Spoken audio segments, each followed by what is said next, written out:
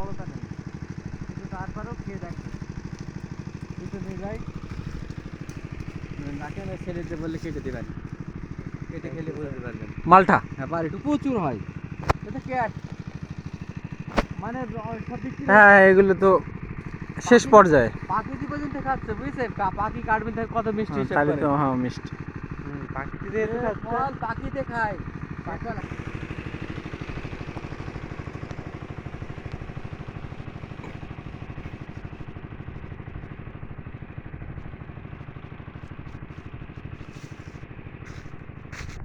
পাকিস্তানি কমলা 180 KG ফল। একটাই মাশাআল্লাহ, একটা গাছ, আমার কাছে আরো আছে। করেছেন? হ্যাঁ মাঝখান এটা আবার আলাদা না।